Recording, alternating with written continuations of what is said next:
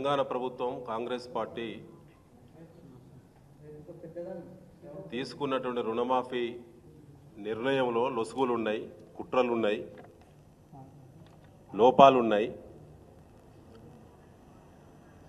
రైతుల పక్షంగా కాకుండా ప్రభుత్వ పక్షంగా నిర్ణయాలు ఉన్నాయని చెప్పి బీఆర్ఎస్ పార్టీ గతంలో అనేక సార్లు చెప్పింది. అది ముమ్మాటికి నిజమైంది. బీఆర్ఎస్ కేంద్ర కార్యాలయం తెలంగాణ భవన్లో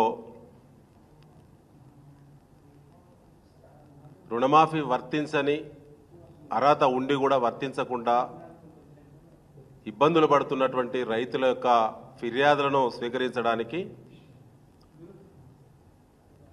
ప్రత్యేకంగా ఫోన్ నంబర్ ఇచ్చి వాట్సాప్ నంబర్ ఇచ్చి 48 అవర్స్ గడిచింది.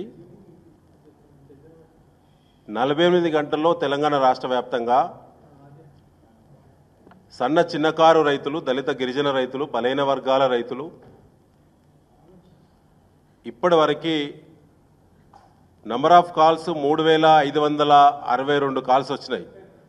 ఈ నిమిషం వరకు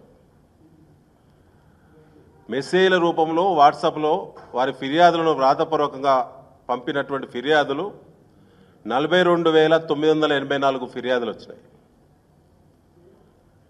48 గంటల్లో 3,562 కాల్స్, 42,984 మెసేజ్లు వివిధ పద్ధతిలో ఫిర్యాదులు అందినాయి తెలంగాణ భవన్కి.